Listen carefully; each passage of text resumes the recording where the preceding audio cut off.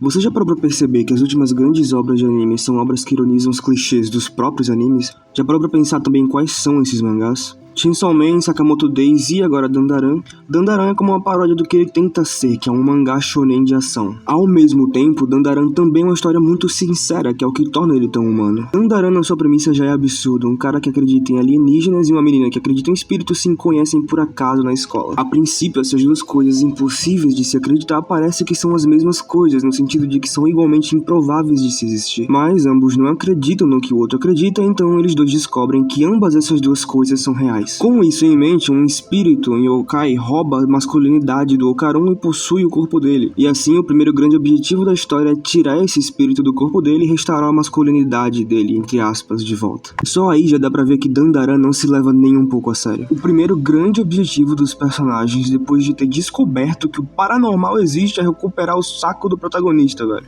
E isso já te fala sobre a essência de Dandaran e como ele vai ser desse ponto do anime pra frente. E isso tudo é tratado de uma forma mundana, normal e sem tanta importância assim pelos personagens. Depois de descobrirem que aliens e espíritos existem, um deles ter o saco roubado, ambos os protagonistas vão pra escola no outro dia de manhã normalmente. E quando eles conseguem o saco do Okarun de volta, eles tratam como se fosse uma grande conquista. Isso é importante porque é aí que você vê que Dandaran simplesmente não se importa com os padrões dos animes. Ao tornar o primeiro grande objetivo dos personagens uma caça ao saco do Okarun e tratar como uma grande missão, Dandaran acaba parodizando o próprio gênero de mangá shonen de ação que ele quer ser. O primeiro objetivo de um anime como esse seria algo como pegar as esferas do dragão, passar no exame Chunin, resgatar seu melhor amigo em outro mundo, mas não, o primeiro arco de Dandaran é a caça pelo saco do protagonista. O que Dandaran faz é que ele ironiza a estrutura padrão dos animes que ele quer tentar ser igual e por causa disso ele se torna muito único. E ele continua fazendo isso quando a gente vê os personagens vivendo suas vidas normalmente como se nada tivesse acontecido. De novo, os personagens, mesmo tendo descoberto a existência do impossível, ainda têm as mesmas preocupações com a vida. O Okarun continua o mesmo cara com medo de ficar sozinho, querendo que a mina que ele gosta, que é a Momo, ache ele um cara legal. E a Momo continua se preocupando com a forma como ela é vista na escola e o trabalho de meio período dela. Da mesma forma que Dandaran é irônico e meio idiota em brincar com os padrões dos animes que normalmente faria as coisas serem mais sérias e épicas e grandiosas, ele também é extremamente sincero e humano e por isso que ele é extremamente realista, mesmo sendo tão idiota. E quando eu digo sincero, eu quero dizer que ele é sincero no sentido de que ele é realista. Se isso acontecesse na vida real, a vida dessas duas pessoas não iria parar completamente pra elas entrarem em uma aventura sinistra de espíritos e aliens. Então, no outro dia, esses dois adolescentes iriam pra escola normalmente, porque a vida não para. Dandaran é uma história que não poderia se passar em nenhuma outra época que não fosse nos dias de hoje por causa disso. No século XXI, a vida não para. A gente tá constantemente envolvido nas nossas rotinas. A gente acaba se fundindo e se tornando um com as nossas rotinas e com os nossos hábitos. Normalmente, nós ficamos tão emaranhados com o nosso dia a dia que a gente acaba se tornando a nossa rotina. Nossa rotina faz parte de quem nós somos como pessoa no final dos dias. Dandaran usa esse absurdismo, essa sátira dos personagens tratarem essas coisas como se não fosse nada. Ele usa essas qualidades pra mostrar como elas estão presentes na vida real também. É como se a história estivesse dizendo que não importa se existem aliens ou espíritos, poderes psíquicos e sobrenaturais. Dandaran quer nos dizer que mesmo que isso tudo fosse real, nossas vidas normais como seres humanos no dia a dia ainda seriam as coisas mais importantes. Tem literalmente uma cena onde o Okarun explica que o motivo dos aliens não terem invadido a Terra ainda é porque os yokais protegem ela, e logo em seguida ele diz, não, o mais importante é que eu fui visto sem roupa. A mensagem que Dandaran quer passar é que o sobrenatural e o desconhecido podem até existir no nosso mundo real, mas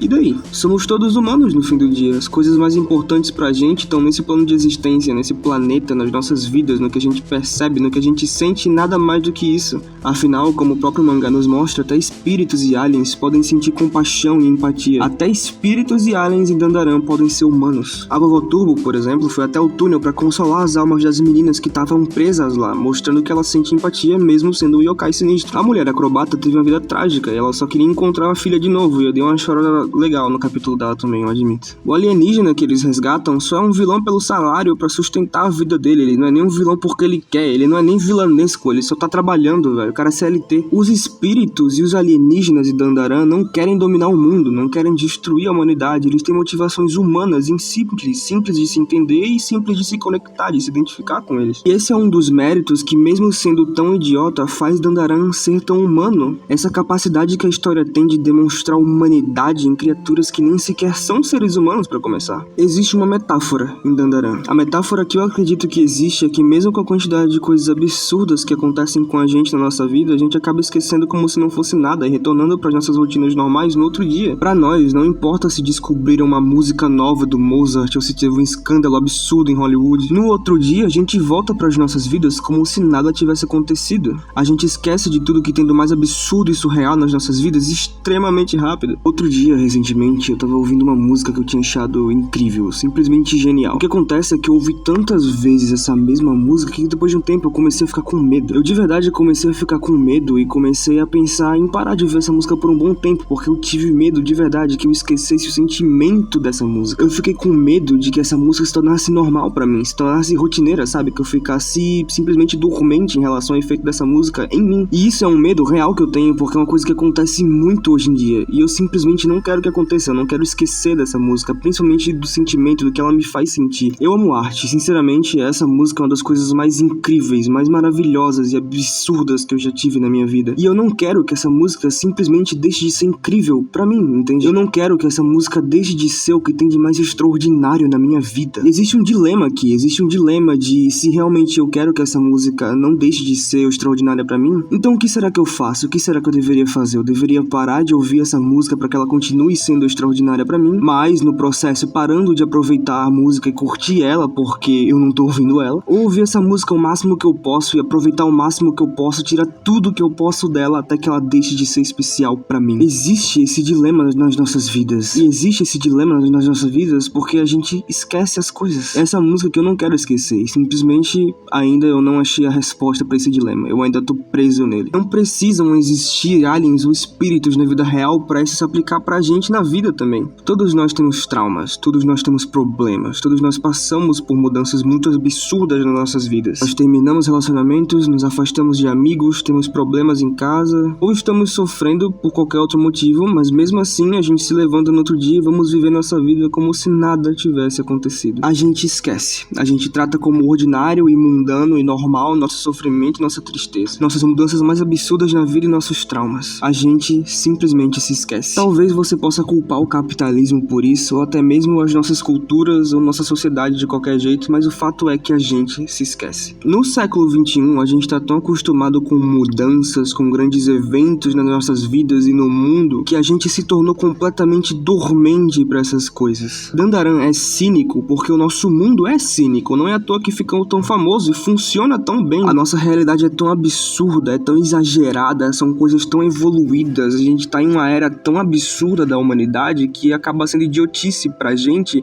não aproveitar essas coisas. O mais genial de Dandaran é que ele é um produto de seu tempo, no sentido de que esses problemas são problemas do século XXI especificamente. No século XXI a gente é o mais evoluído possível de uma forma tecnológica, a gente é o mais evoluído possível em questão de qualidade de vida. Os personagens também são produtos do seu tempo e nós que estamos assistindo e lendo somos os produtos desse tempo também. Nós somos o produto do tempo do cinismo e da ironia, onde a gente brinca e duvida do que é o padrão da nossa sociedade, da nossa realidade. Isso tudo me diz que o autor da obra, mesmo sem conhecer o cara, sendo de outro país, deve ser gente como a gente. Eu já tive dias, e ainda tenho, em que aconteceram coisas horríveis comigo e eu tive que engolir seco e continuar com a minha rotina do meu dia normalmente, como se nada tivesse acontecido. O que o anime nos mostra é que a gente se acostuma com isso. A gente se acostuma com o fato de que a gente tem que esquecer nossos problemas para sermos produtivos nos estudos, no trabalho, na academia, nas nossas relações, o que quer que seja. Nós nos forçamos tanto a nos esquecer das coisas para continuar seguindo em frente no próximo dia que uma hora a gente se acostuma. Alienígenas e espíritos podem muito bem existir no nosso mundo real, mas o Dandaran nos mostra que a gente não se importaria nem um pouco com isso. Coisas mais importantes pra gente ainda seriam a nossa vida pessoal, nossa vida social, nossos hobbies, nós mesmos, nossas amizades, nossos relacionamentos, nossas lutas. Talvez seja por isso que existe aquele ditado que diz que a felicidade tá nas pequenas coisas. É porque a nossa vida é feita de pequenas coisas. As coisas maiores da vida, as grandes questões, não nos importam. As grandes questões questões da vida que eu digo são justamente essas que nos apresentam em Dandaran. Se existem espíritos ou yokais ou não, se existem alienígenas ou não, essas coisas não nos importam, porque nossas vidas são construídas de infinitas pequenas coisas, que é o que importa pra gente de verdade, pessoalmente. Ou seja, quando é pra falar das grandes questões da vida, da